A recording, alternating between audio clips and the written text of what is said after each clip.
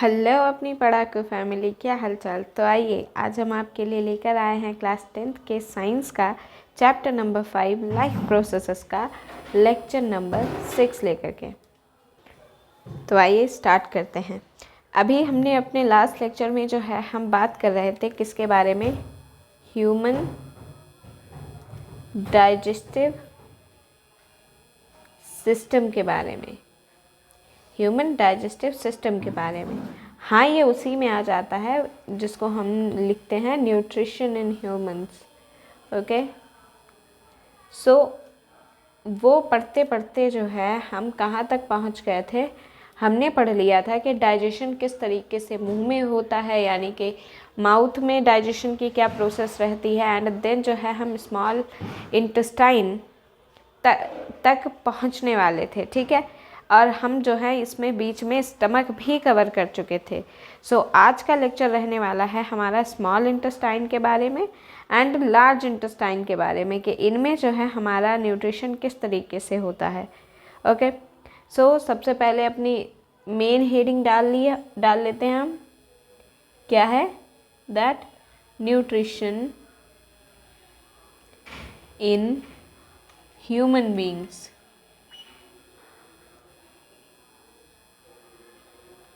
Okay, nutrition in human beings. अब इसमें से जो माउथ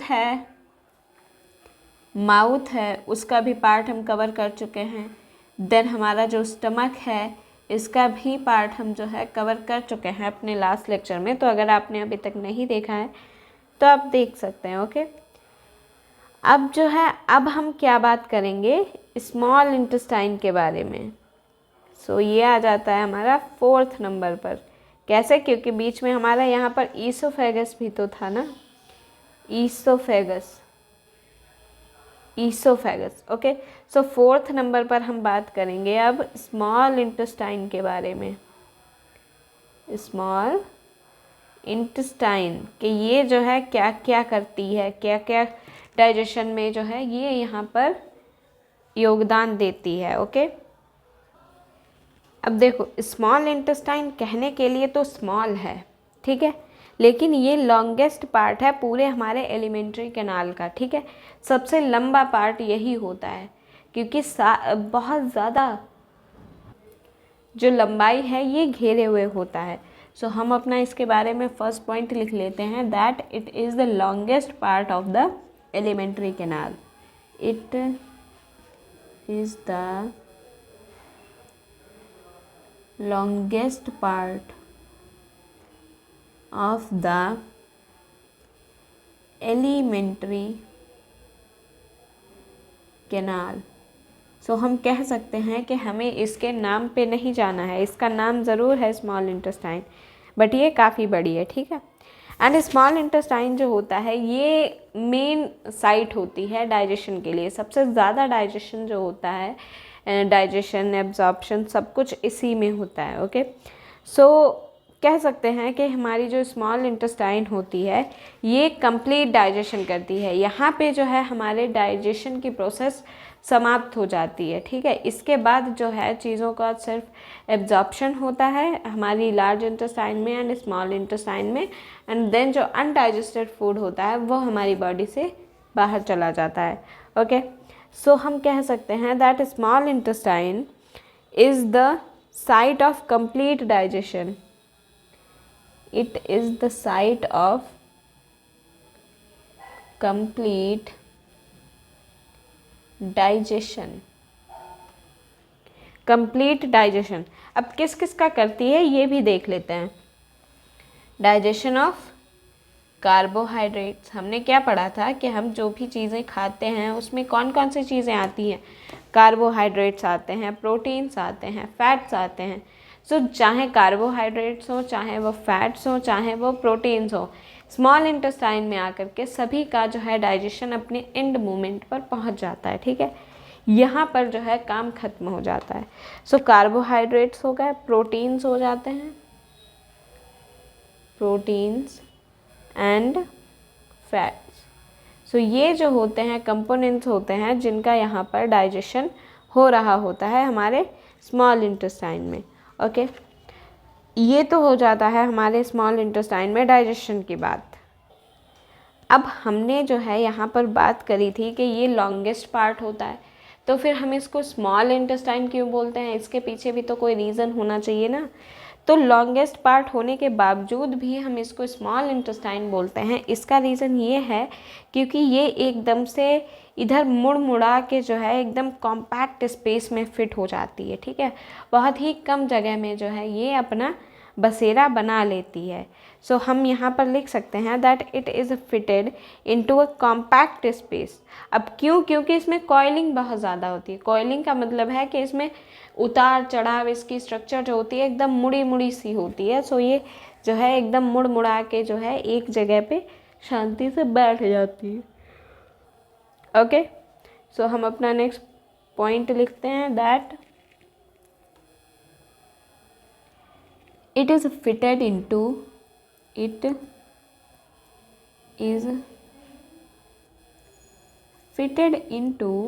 a compact space। बहुत ही कम स्पेस में जो है ये फिट हो जाती है into a compact space due to extensive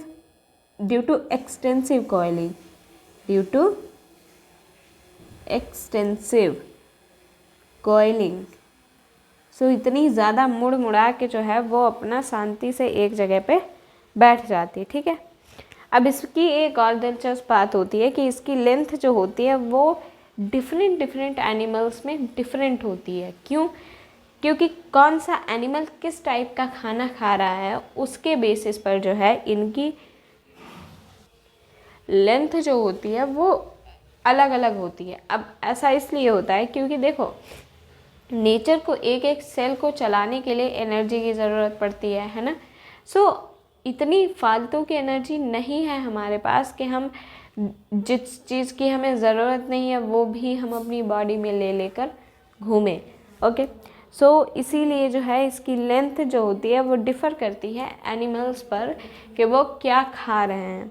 अब खाने पे कैसे डिपेंड करती है ये भी हम आगे अभी पढ़ेंगे। पहले हम अपना ये पॉइंट लिख लेते हैं that its length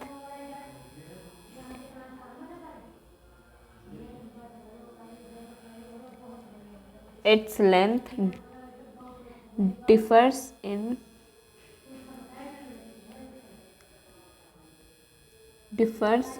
various animals।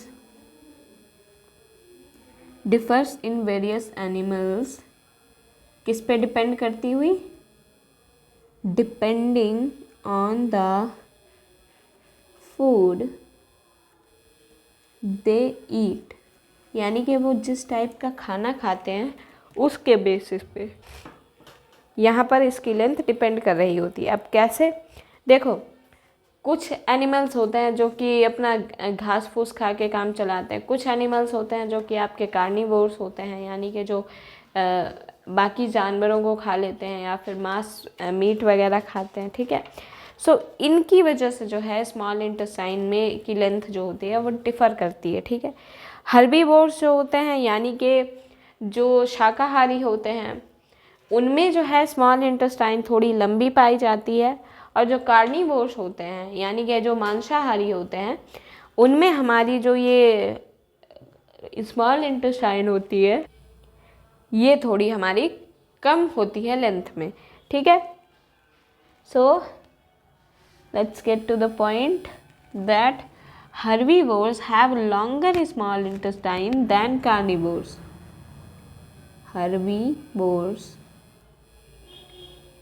Herbivores have longer small intestine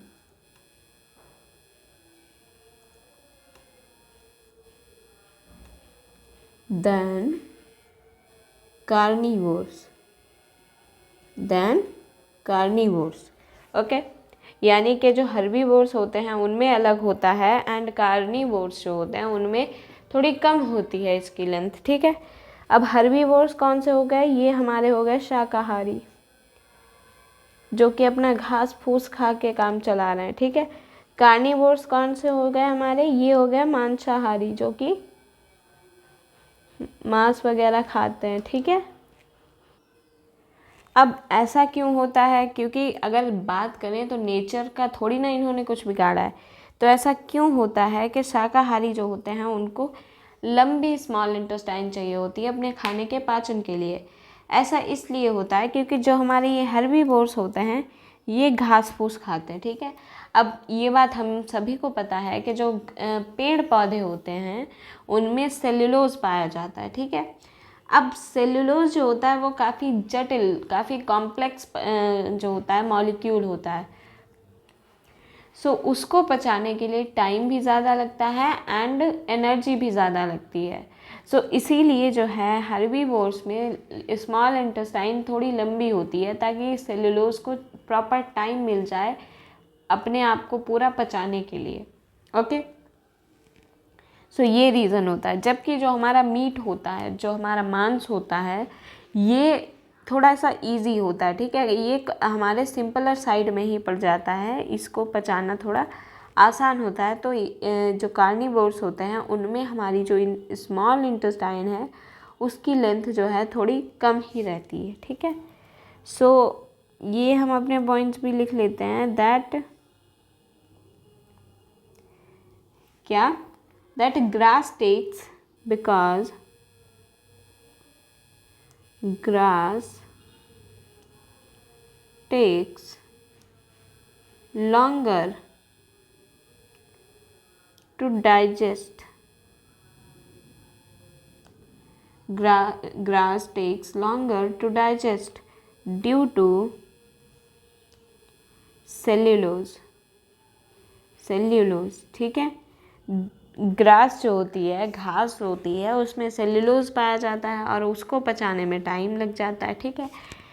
वहीं सेल्यूलोज जो होता है ये हमारा एक बहुत ही कॉम्प्लेक्स मॉलिक्यूल पड़ जाता है, ठीक है, इसीलिए टाइम लगता है। ऐसा नहीं होता है कि जो हमारे जो मीट वगैरह होता है तो इसमें कोई कॉम्प्लेक्स होता ही नहीं है मॉलिक्यूल, ऐसा नहीं है, उसमें भी कॉम्प्लेक्स मॉलिक्यूल्स होते हैं, बट ये थोड़ा ज़्यादा कॉम्प्लेक्सिटी की तरफ बढ़ जाता है, ठीक है। सो कार्निवोर्स जो होते हैं उनमें मीट जो होता है वो इजी होता है डाइजेस्ट करने को। So meat is easier to digest, ठीक है। मीट जो होता है वो इजी होता है थोड़ा सा डाइजेस्ट करने में, ठीक है। अब ये तो बात हो गई है इसके डाइजेशन के ऊपर, किस तरीके से करता है, क्या करता है। अब कैसे करता है ये देखते हैं। इसमें कौन कौन से एंजाइम्स यूज़ होते हैं, कौन कौन से जूसेस यूज़ होते हैं, उनकी बात करते हैं, ठीक है। अब हमारी जो यहाँ पर स्मॉल इंटेस्टाइन होती है, इसको खाने को देखो, इसको खाने को जो है बिल्कुल पचा के एकदम एंड मोमेंट पे लाना है, ठीक है। तो ये क्या करती है, ये जितने भी कंपोनेंट्स होते हैं उन सभी को डाइजेस्ट करने की कोशिश करती है, ठीक है। सो ये क्या करती है, ये अपने जो बाकी के दोस्त वगैरह होते हैं उनसे भी हेल्प ले लेती है, उनके भी जो जूसेस होते हैं या जो सिक्रेशंस होते हैं उनको भी यूज़ कर लेती है। अब इसके दोस्तों में कौन कौन आ जाता है, जैसे हमारे पास क्या आ जाता है, लीवर जो है वो अपने कुछ सिक्रेशंस जो होता है वो स्मॉल इंटेस्टाइन में भेज देता है। एंड देन आता है हमारा पैनक्रियाज जो होता है ये भी कुछ सिक्रेशंस भेजता है। अब ये भी जान लेते हैं, स्मॉल इंटेस्टाइन जो होती है इसी को हम हिंदी में बोलते हैं छोटी आंत, ठीक है, यही छोटी आंत है। तो अब हम अपना नेक्स्ट पॉइंट ऐड करते हैं यहाँ पर।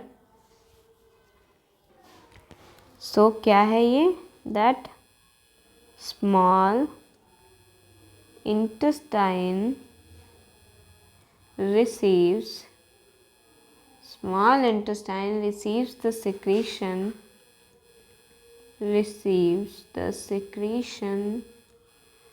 from the liver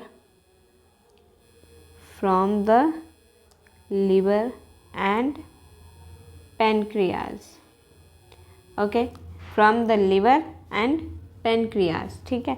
अब पेनक्रियाज जो होता है इसको हम हिंदी में अग्न्याशय बोलते हैं, अग्न्याशय, ओके, इसको हिंदी में अग्न्याशय बोलते हैं। लीवर जो होता है इसको हिंदी में हम यकृत बोलते हैं। ओके, सो जो भी हमारे हिंदी मीडियम वाले दोस्त हैं वो इसको अच्छे से जो है समझ सकते हैं कि हिंदी में क्या बोलते हैं, तो उससे चीज़ें उनको क्लियर हो जाएंगी। ओके, सो स्मॉल इंटेस्टाइन जो होता है वो अपना सिक्रेशन कहाँ से लेता है, लीवर से लेता है एंड पेनक्रियास से लेता है। ओके, अब देखो यहाँ पर एक चीज़ क्या होती है कि जो पेनक्रियास हमारी होती है, इसके जो भी मतलब जो सिक्रेशंस होते हैं उनको अपना काम पूरा करने के लिए उनको अब एल्कलाइन मीडियम चाहिए होता है। एल्कलाइन मीडियम मतलब क्षारीय उन्हें माध्यम चाहिए होता है। वो कहते हैं कि भाई जब मुझे एल्कलाइन मीडियम मिलेगा तभी मैं काम करूँगा, वरना नहीं करूँगा। ठीक है, अब यहाँ पर समस्या क्या आती है कि जो खाना हमारा पेट से होकर के आया है, अब पेट में क्या हुआ था, पेट में वहाँ पर पेप्सिन जो था वो हमसे मांग रहा था कि हमें एसिडिक मीडियम चाहिए, तो हमारे पेट ने क्या किया, एसिड रिलीज़ कर दिया जिससे एसिडिक मीडियम हो गया। तो अब जो खाना यहाँ पर आया है वो अपना एसिडिक मीडियम से आया है। सो खाने का नेचर क्या है, वो एसिडिक है, लेकिन ये बोल रहा है कि इसको जो है खाना चाहिए बेसिक नेचर में, यानी कि एल्कलाइन नेचर में। ठीक है, तो यहाँ पर काम क्या आता है, यहाँ पर हमारा लीवर काम आता है। लीवर क्या करता है, लीवर यहाँ पर पहले हम अपना ये पॉइंट लिख लेते हैं that food coming from stomach, food coming from stomach, food coming from stomach has to be made alkaline, has to be made alkaline so that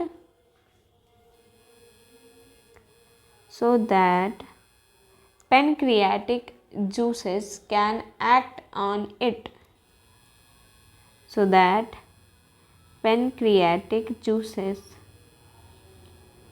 can act on it, ताकि जो पैनक्रियाज के juices हैं वो इस पर आराम से act कर पाएँ। अब लीवर हमारा यहाँ पर क्या काम कर रहा होता है, लीवर काम करता है हमारा यहाँ पर इस एसिडिक नेचर को, इस वाले हमारे फूड के एसिडिक नेचर को जो है ये चेंज करता है एल्कलाइन नेचर में। अब कैसे करता है ये देखते हैं। लीवर जो होता है वो हमारा एक जूस सिक्रीट करता है जिसको हम बोलते हैं बाइल जूस। ठीक है, तो बाइल जूस जो कि लीवर से सिक्रीट होता है, ये क्या करता है, जो हमारे फूड में फैट्स मौजूद होते हैं ये उन पर एक्ट करता है। ठीक है, ये जो है उन पर एक्ट करता है। सो बाइल जो होता है ये, अब बाइल जूस जो होता है इसमें हमारा बाइल भी होता है, उसमें डिफरेंट टाइप के सॉल्ट्स भी होते हैं। ओके, सो ये क्या करता है, ये जो फैट्स होते हैं अब ये फैट्स क्या होते हैं, फैट्स हमारे बहुत ही बड़े बड़े ग्लोब्यूल्स होते हैं। ठीक है, काफ़ी बड़े मॉलिक्यूल्स होते हैं। सो इनको क्या करता है, ये इनको छोटे छोटे ग्लोब्यूल्स में तोड़ देता है। अब छोटे छोटे ग्लोब्यूल्स में तोड़ने से क्या होता है कि जो एंजाइम आ रहा है वो अब भाई छोटे छोटे टुकड़े कर दिए तो वो उस पर अच्छे से काम कर पाएगा। ओके, सो यानी कि एंजाइम की एफिशिएंसी इंक्रीज़ हो जाती है। सो इस तरीके से जो है यहाँ पर बाइल जो होता है वो फैट को, अपना फैट का इंतज़ाम करने में का ज़िम्मा खुद उठाता है। ठीक है, जैसे वहाँ पर पेप्सिन जो था वो प्रोटीन को डाइजेस्ट कर रहा था, है ना, हमारे जो माउथ में सलाइवरी एमाइलेज था वो वहाँ पर स्टार्च को डाइजेस्ट कर रहा था। तो यहाँ पर जो बाइल जूस है ये यहाँ पर फैट को संभाल रहा है। ठीक है, so bile juice from the liver, bile juice from the liver, bile juice from the liver accomplishes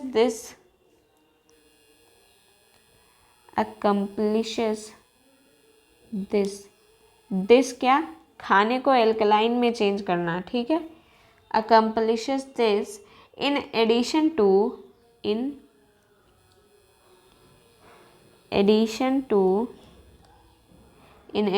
to acting on fats,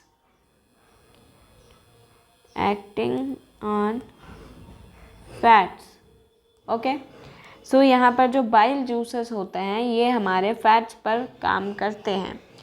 अब यहाँ पर जान लेते हैं कि फैट जो है ये क्या है, यहाँ पर मचा रहा है धूम, ठीक है। या सो फैट्स जो हैं, फैट्स हमारे क्या हो जाते हैं, ये इंटेस्टाइन में प्रेजेंट वो फॉर्म होती है जो कि लार्ज ग्लोब्यूल्स होते हैं, ठीक है। So fats are present in the intestine, fats present in the intestine in the form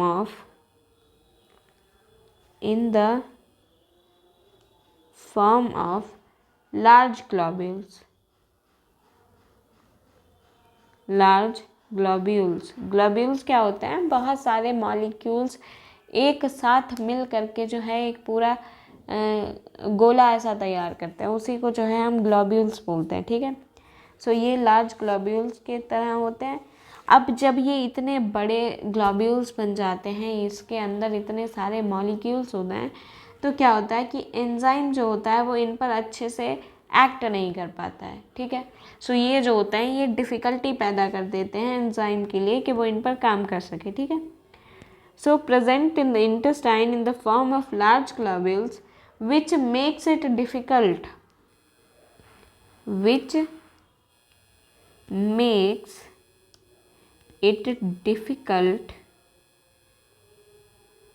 which makes it difficult for enzyme to act on them, for enzyme to act on them। अब अगर हमारे enzymes जो हैं वो उन पर काम ही नहीं कर पाएंगे तो उसका डाइजेशन कैसे करेंगे, वो पचेगा कैसे। अब वो पचेगा नहीं तो फिर वो हमारी बॉडी में एब्जॉर्ब कैसे हो पाएगा, क्योंकि बॉडी ऐसे ही थोड़ी ना किसी भी चीज़ को एब्जॉर्ब कर लेगी, उसको प्रॉपर अपने टेक्सचर में चीज़ चाहिए तब वो उसको यूज़ करेगी। ओके, सो यहाँ पर जो है फैट्स इसीलिए जो है यहाँ पर बाइल सॉल्ट्स होते हैं, ठीक है। अब बाइल सॉल्ट्स जो होते हैं ये जो है इन्हें स्मॉल ग्लोब्यूल्स में चेंज कर देते हैं, यानी कि जो ये इतने बड़े बड़े गोले होते हैं ये उनको छोटे छोटे गोलों में चेंज कर देते हैं। सो बाइल जूस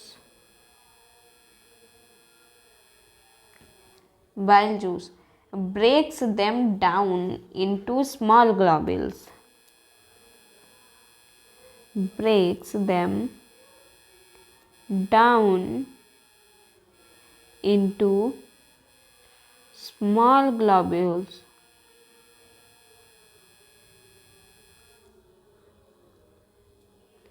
और ऐसा करके जो है वो क्या करते हैं, वो एंजाइम की काम करने की क्षमता यानी कि उसकी एफिशिएंसी को भी बढ़ा देते हैं। अब भाई कोई बहुत बड़ा सा गोला है, उसको छोटे छोटे गोलों में बांट दिया, तो अब उन छोटे गोलों को जो है एकदम सफाई करना, उनका डाइजेशन करना आसान रहेगा, है ना। सो क्या करते हैं, एंड इंक्रीजेज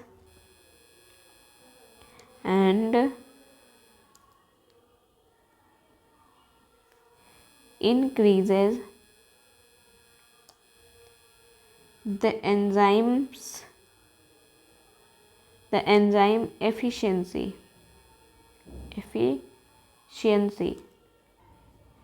तो ऐसे जो है यहाँ पर एंजाइम जो है वो अच्छे से काम कर पाता है, ठीक है। अब यहाँ पर तो बात हो गई कि स्मॉल इंटेस्टाइन्स जो होता है उसके हमने मीडियम को एल्कलाइन बनाना है, तो यहाँ पर जो है ये काम हमारा बाइल जूस ने कर दिया, ठीक है।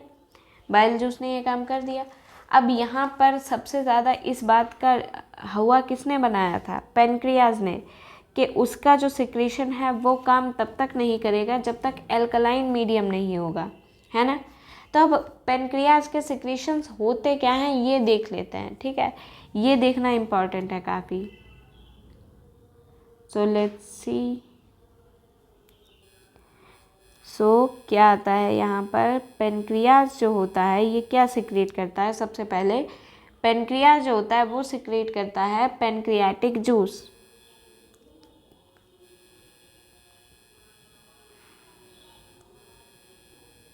Pancreatic juice. अब देखो इसको हम जूस क्यों बोलते हैं, इसलिए बोलते हैं क्योंकि इसमें काफ़ी सारी चीज़ें होती हैं, जैसे हमने एंजाइम्स पढ़े हैं, मिनरल्स पढ़े हैं। तो उसी टाइप से जो है जूस किसी चीज़ को तब बोलते हैं जब उसी एक चीज़ में काफ़ी सारे एंजाइम्स हों, मिनरल्स प्रेजेंट हो, तो हम जो है उसको जूस बोल देते हैं, ठीक है। अब जो हमारा पेनक्रियाटिक जूस होता है, ये जो कि पेनक्रियास से निकला होता है, इसमें कौन कौन से एंजाइम्स होते हैं? इसमें एक तो हमारा ट्रिप्सिन आता है और दूसरा लाइपेज आता है। ओके, अब ये ट्रिप्सिन क्या है और लाइपेज क्या है, इसके बारे में भी हम अच्छे से बात करेंगे। So it contains enzymes. ये जो होता है इसके पास एंजाइम्स होते हैं, दो एंजाइम्स होते हैं, जो कि एक होता है हमारा ट्रिप्सिन, ओके, एक होता है हमारा लाइपेज। अब ये क्या होते हैं, किस चीज़ पर ये अटैक करते हैं, ये भी हम अभी जानेंगे। Okay, yeah no, let me change, yes. So देखो, अब ट्रिप्सिन जो होता है, हमने क्या बात करी थी कि हमारा जो स्टमक होता है उसमें क्या रिलीज़ हो रहा था, क्या रिलीज़ हो रहा था, पेप्सिन रिलीज़ हो रहा था, है ना, जो कि प्रोटीन को पचा रहा था, प्रोटीन का डाइजेशन कर रहा था। बट यहाँ पर समस्या ये आती है कि जो हमारे प्रोटीन्स हैं उनका पूरा 100% जो है पाचन, डाइजेशन, वो हमारा स्टमक में हो ही नहीं पाता है। बहुत से ऐसे प्रोटीन्स हैं जो कि आगे स्मॉल इंटेस्टाइन में चले जाते हैं, या कह सकते हैं ना कि वो बच के निकल जाते हैं। तो वहाँ पर जो है उनका काम तमाम करने के लिए हमारा ये ट्रिप्सिन अवतार लेता है, ठीक है। ट्रिप्सिन बोलता है बेटा तू पेप्सिन से बच गया पर मेरे से नहीं बचेगा, ठीक है, मैं उससे ज़्यादा स्ट्रांग हूँ। सो यहाँ पर ट्रिप्सिन जो होता है ये प्रोटीन्स को डाइजेस्ट करने के लिए होता है, ठीक है। So trypsin is for digesting proteins, okay. ये जो होता है ये हमारा प्रोटीन्स को डाइजेस्ट करने के लिए पैदा हुआ होता है, ठीक है। अब वहीं लाइपेज की बात करें तो लाइपेज जो होता है वो कुछ इमल्सिफाइड जो फैट्स होते हैं। इमल्सिफाइड फैट्स का क्या मतलब है कि यहाँ पर जो हमारा बाइल जूस है इसने फैट्स को छोटे छोटे ग्लोब्यूल्स में तो चेंज कर दिया, बट क्या ये अभी बिल्कुल सिंपल फॉर्म में चेंज हो गया? नहीं ना, बस बड़े गोलों को छोटा ही तो कर दिया, अभी उन गोलों को बिल्कुल स्कैटर तो नहीं किया ना, मतलब उनके अंदर तो झाँक के नहीं देख पाया ना। सो ये काम जो है बचा खुचा ये लाइपेज करता है। ये जो है उन इमल्सिफाइड फैट्स, इमल्सिफाइड जो ये स्मॉल ग्लोब्यूल्स बन जाते हैं, इन फैट्स को जो है वो डाइजेस्ट करने का काम करता है, ठीक है। So lipase is for breaking down emulsified fats, for breaking down emulsified fats. तो ये जो है ये आधे पक चुके जो है उसका फैट्स का जो है यहाँ पर पाचन करता है, ठीक है। अब जो हमारी स्मॉल इंटेस्टाइन की वॉल होती है, हम सभी को पता है कि उसमें भी काफ़ी सारे ग्लैंड्स होते हैं, है ना भाई। हम ये बात पहले ही जान चुके हैं ना कि एलिमेंट्री कैनाल की जो वॉल होती है उसमें जगह जगह पर ग्लैंड्स होते हैं। सो इसमें भी ग्लैंड्स होते हैं। अब ये क्या करते हैं, ये ग्लैंड्स जो होते हैं ये एक जूस सिक्रीट करते हैं जिसको हम बोलते हैं इंटेस्टिनल जूस। अभी तक जो ये बात हो रही थी ये हमारे पेनक्रियाटिक जूस की हो रही थी, फिर हमने यहाँ पर बात करी ये जो है लीवर ने सिक्रीट करा। लेकिन भाई जब डाइजेशन हमारा स्मॉल इंटेस्टाइन में हो रहा है, और वो समझो मैं आपको ऐसे समझाती हूँ कि पार्टी जो है आपके घर पे हो रही है, बट आपके जो फ्रेंड्स हैं आप उन्हीं से पैसे मांग रहे हो, बराबर हेल्प बोल के आप उन्हीं से पैसे मांग रहे हो, आप कुछ खर्च ही नहीं कर रहे हो, तो गलत बात है ना। सो आपके फ्रेंड्स भी बोलेंगे भाई पार्टी तेरे घर पे है तो तू भी तो कुछ कर, तू भी तो कुछ पैसे दे।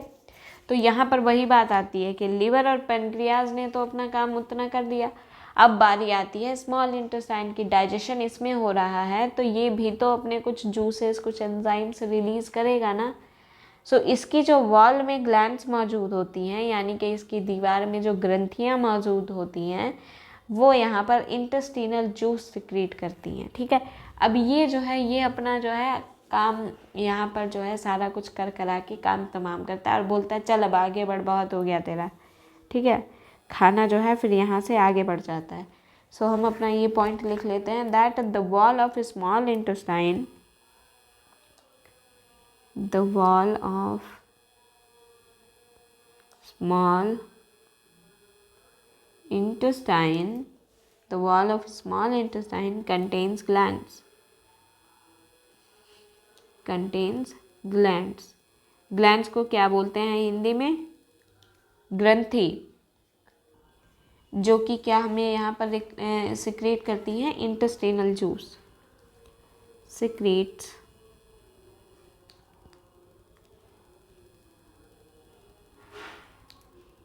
one second, secretes intestinal juice. Okay, so ये जो है ये जूस हमारा इंटेस्टाइन का होता है, जो कि काफ़ी पावरफुल होता है। ठीक है, अब इसके अंदर जो हमारे जो एंजाइम्स मौजूद होते हैं, मैंने आपको बोला ना कि ये यहाँ पर सारा कुछ कहने को काम तमाम करने आया है। ये जो है डाइजेशन को एकदम कंप्लीट करने आया है। ठीक है, ये बोलता है कि अब भाई देख, जब मैं काम कर दूं तो उसके बाद में काम बचना नहीं चाहिए, पूरा हो जाना चाहिए।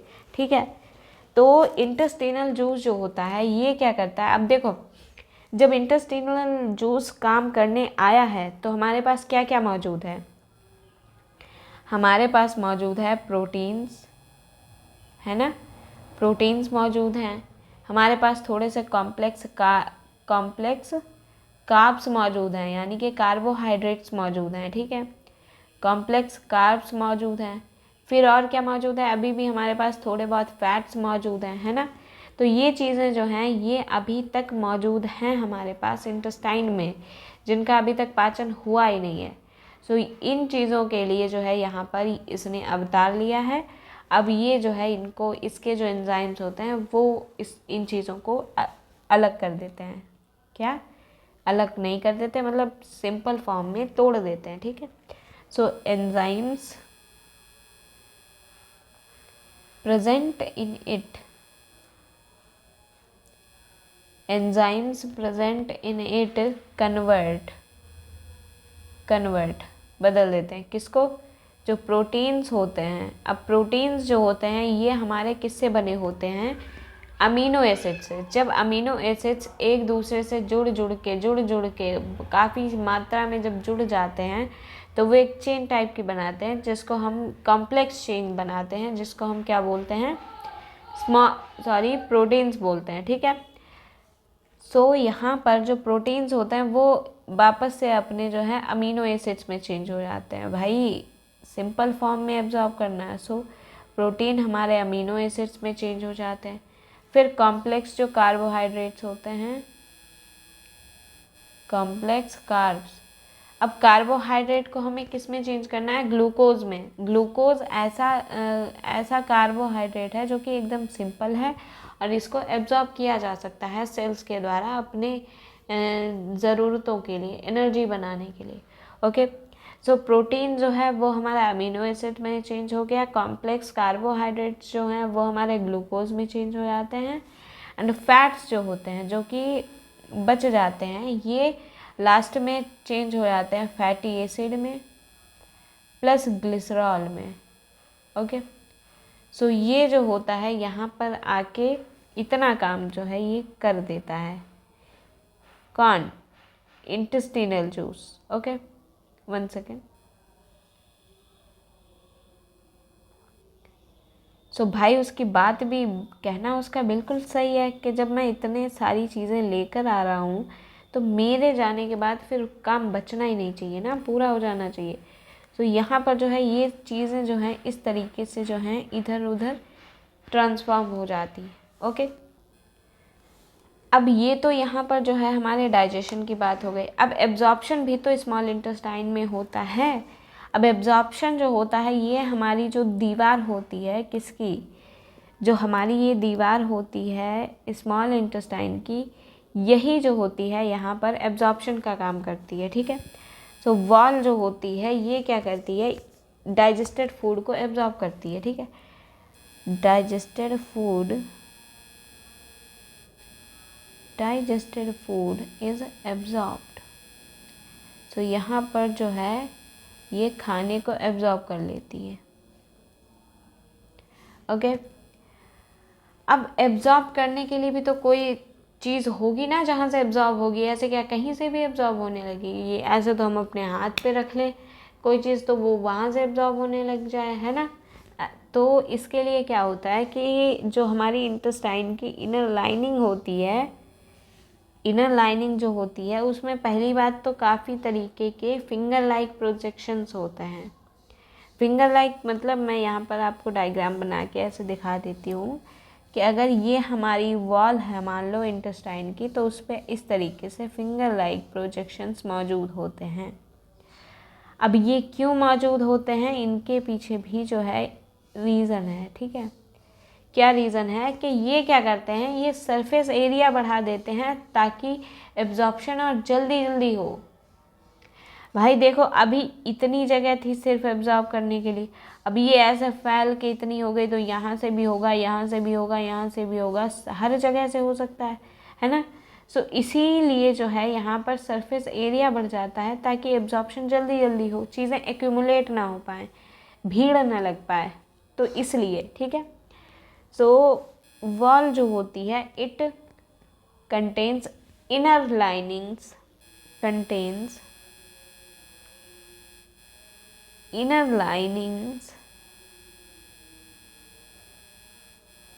with न्यूमरस, काफ़ी मात्रा में होती हैं, ठीक है। न्यूमरस फिंगर लाइक प्रोजेक्शंस, दिखने में उंगलियों की तरह होती है ना, फिंगर लाइक प्रोजेक्शंस, ठीक है। अब इन फिंगर लाइक प्रोजेक्शंस को हमने एक नाम दिया है, ठीक है।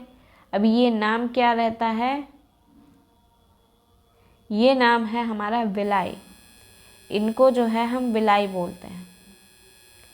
जो ये फिंगर लाइक प्रोजेक्शंस होते हैं इनको जो है हम विलाई बोलते हैं, ओके। सो अब ये विलाई जो होते हैं ये क्या करते हैं, ये सरफेस एरिया को इंक्रीज कर देते हैं डाइजेशन के लिए। सो इंक्रीजेज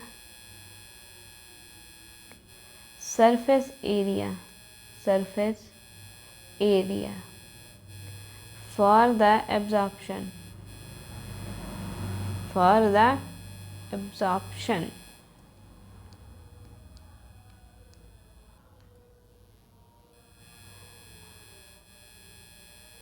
सो यहाँ पर जो है विलाई जो होते हैं वो इंक्रीज कर रहे हैं एब्जॉर्प्शन के लिए। अब इनको सप्लाई कहाँ से मिलती है, इनको सप्लाई मिलती है ब्लड वेसल्स के थ्रू, ठीक है। भाई इनको भी तो, जो भी बंदा काम कर रहा है उसको काम करने के लिए कुछ ना कुछ तो चाहिए ना, एनर्जी। सो यहाँ पर जो ब्लड वेसल्स होती हैं वो इसको एनर्जी सप्लाई करती हैं। So supplied with blood vessels,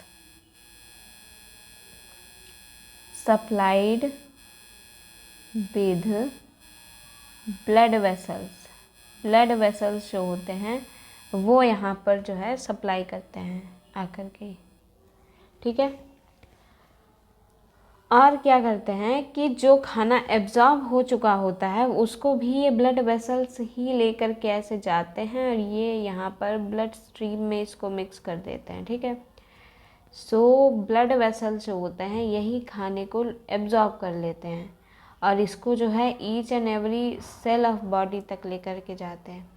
भाई देखो यहाँ से उसने एब्जॉर्ब कर लिया, ऐसे यहाँ से जो है ब्लड स्ट्रीम चालू हो गई। अब ये खून जो है ये हमारी नर्व्स के थ्रू, हमारी नसों के थ्रू बॉडी के हर पार्ट तक जाता है, ठीक है। तो वहाँ जहाँ जहाँ पर भी सेल्स हैं वहाँ वहाँ जो है ये एब्जॉर्ब्ड फूड मटेरियल जाता है ताकि हर एक सेल बॉडी में ज़िंदा रहे, अपना काम करती रहे, ठीक है। So these blood vessels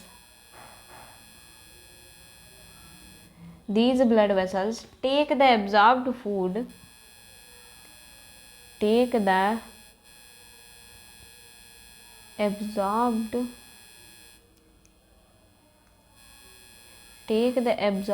food to each and every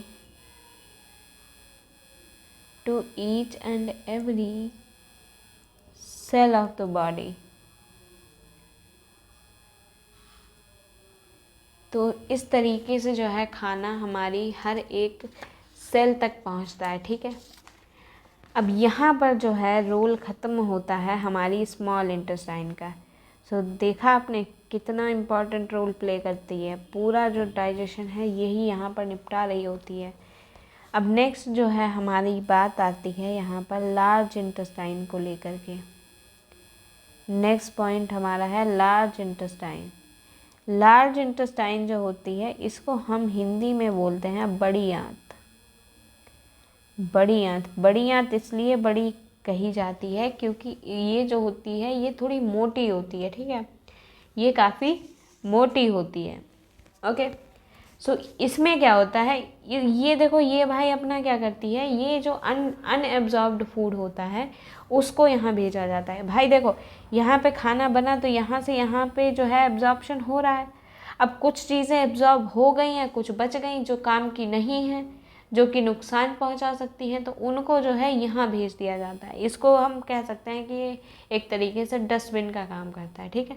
so unabsorbed food is sent here. Unabsorbed food is sent here. Okay, इस और क्या होता है कि मान लो वो जैसे खाना जो है वो अभी तक उसमें म्यूकस है, कुछ मात्रा में वाटर मौजूद होता है। सो ये जब इसमें आता है तो ये क्या करता है, ये भी थोड़ा सा एब्जॉर्प्शन जो है कुछ वाटर और मिनरल्स को जो है एब्जॉर्ब कर लेता है ना। सो ये इतना काम करता है बस।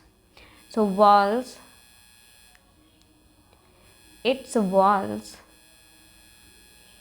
absorb more water from the material। सो ये जो होती है ये पानी को सोख लेती है, और बाकी का जो मतलब पानी को इसने सोख लिया, उसके बाद जो मटेरियल बचता है, रेस्ट मटेरियल जो होता है, उसको एनस के थ्रू बॉडी से बाहर निकाल दिया जाता है। Okay, so rest material is removed from the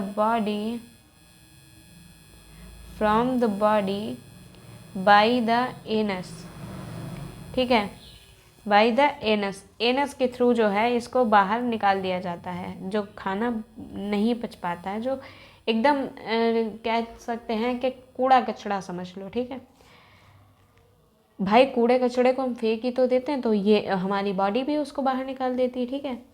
अब एनस जो होता है इसको जो है रेगुलेट करता है एनल स्फिंक्टर मैंने क्या बताया था, जो कि किसी चीज़ की ओपनिंग या क्लोजिंग को रेगुलेट करता है, वो ऐसा दरवाज़ा, ऐसा वॉल्व, ठीक है। सो यहाँ पर जो एग्जिट है, exit of anus is regulated by anal sphincter. So इस तरीके से जो है यहाँ पर चीज़ें काम करती हैं। इसका अगर हम डायग्राम बनाएं तो ये कुछ इस तरीके से होती है।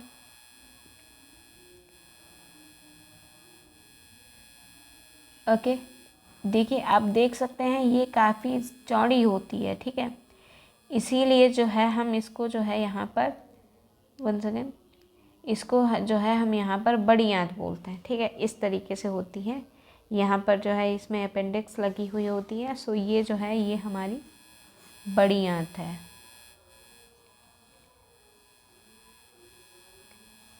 बड़ी आंत, लार्ज इंटेस्टाइन। ओके, तो यहाँ पर जो है हमारे डाइजेशन जो है यहाँ पर समाप्त होता है, क्योंकि खाना हमने खाया वो पूरा पच पचा के जो है सारा कुछ ओके कचड़ा वचड़ा भी निकल गया, ठीक है। अब यहाँ पर जो है एक छोटा सा टॉपिक और आता है डेंटल कैरीज का, ठीक है। इसको चलिए हम नेक्स्ट लेक्चर में जो है अच्छे से डिटेल में जो है इसको डिस्कस करते हैं। By the way, thank you very much for watching this video. अगर आपको ये वीडियो पसंद आया है एंड चीज़ें आपको समझ आ रही हैं, then please like and share ज़रूर करें एंड प्लीज़ सब्सक्राइब ज़रूर करें हमारे चैनल को। Okay, thank you. मिलते हैं नेक्स्ट लेक्चर के साथ।